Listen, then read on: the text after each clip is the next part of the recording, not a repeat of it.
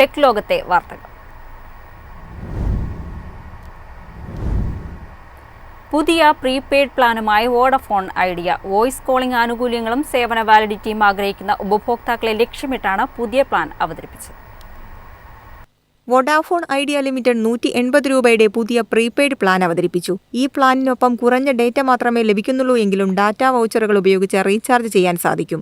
1149 രൂപ മുടക്കിയാൽ അരവർഷത്തേക്ക് സേവന വാലിഡിറ്റി ലഭിക്കും. അതേസമയം വോഡാഫോൺ ഐഡിയയുടെ ഈ പുതിയ പ്ലാനിൽ പരിധിയില്ലാത്ത voice calling, 1800 SMS, 20 GB data എന്നിവ ലഭിക്കും. ക്വാട്ട പൂർത്തിയായതിനു ശേഷം ഡാറ്റ താരിഫ് 1 MBക്ക് 50 പൈസ ഈടാക്കും. SMS-ന്റെ ക്വാട്ട കഴിഞ്ഞതിന് ശേഷം 1.5 രൂപ നിരക്കിലോ ലോക്കൽ STD SMS-ന് ചാർജ് ഈടാക്കും. News desk MyFin TV.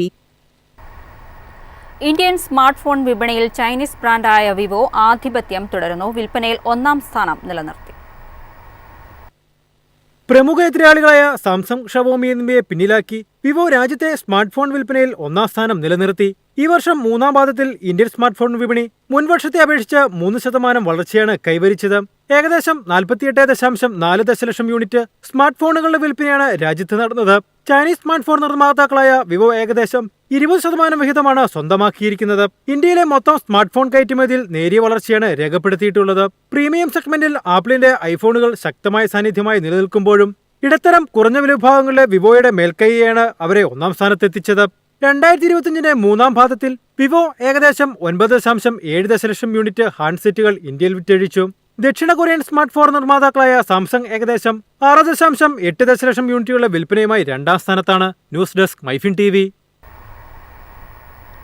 ChatGPT Atlas എന്ന പുതിയ വെബ് ബ്രൗസർ അവതരിപ്പിച്ച് OpenAI. ഉപഭോക്താക്കൾക്ക് വെബ് പേജുകളിൽ തിരച്ചിൽ നടത്താനും ഓൺലൈൻ ടാസ്കുകൾ ചെയ്യാനും AI ഏജന്റിന്റെ സഹായം ലഭിക്കും.